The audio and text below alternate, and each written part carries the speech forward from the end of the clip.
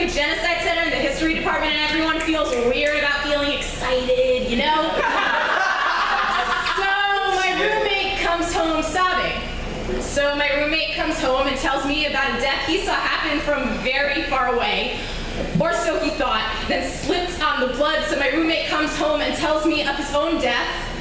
I've already written the genocide poem, the comparative genocide poem, the insinuating that transgender people are murdered systematically in a way that feels very much like genocide poem, but not the poem about singing.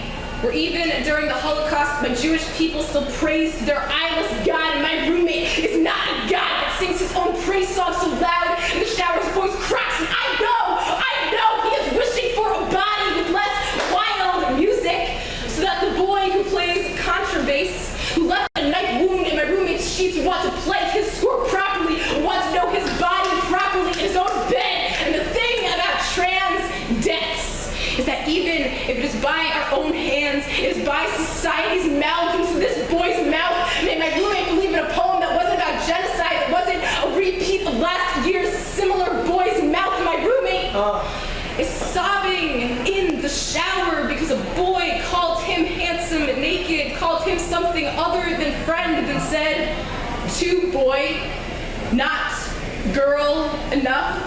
So they stood clothed and apart, and my roommate saw himself die in this boy's distance. So I am listening to a lecture with a body count.